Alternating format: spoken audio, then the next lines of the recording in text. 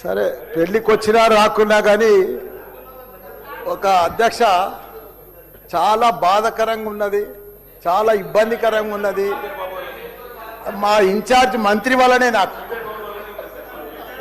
ఎందుకంటే నేను సురువులా మా శ్రీధర్ బాబు మాకు ఇన్ఛార్జ్ వస్తా అంటే నాకు మంచి మిత్రుడు ఆయన. నాకు అప్పుడు ఆయన మంత్రి ఉన్నప్పుడు 2009లో నా కాలేజీలకు హెల్ప్ కూడా చేసిండు ఆయన. కానీ అట్లా వచ్చినందుకు ఇప్పుడు మళ్ళీ మాకు ఇన్ఛార్జ్ మంత్రి అయినందుకు చాలా హ్యాపీగా ఫీల్ అయినా. కాకపోతే ఇప్పుడు ఎంత బాధపడుతున్నా అంటే అంత బాధపడుతున్నా, భరించలేను ఆ బాధను. నా గుండె ఇట్లా బాధతోటి భరించలేకపోతున్నా.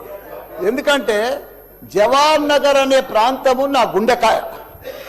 అలా ప్రజలకు చెప్పిన, అందరికి చెప్పిన, దాన్ని అంతా కూడా జిహెచ్ఎంసి మొత్తం చెత్త అంతా తెచ్చి కొన్ని ఏళ్ళ సందే అడ్డే వేస్తున్నారు.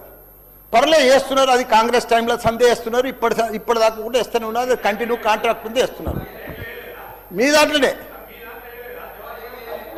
కంటిన్యూషన్ అని చెప్తున్నా. జర ఓపిక పట్టాలని నీకు దండం పెడతా.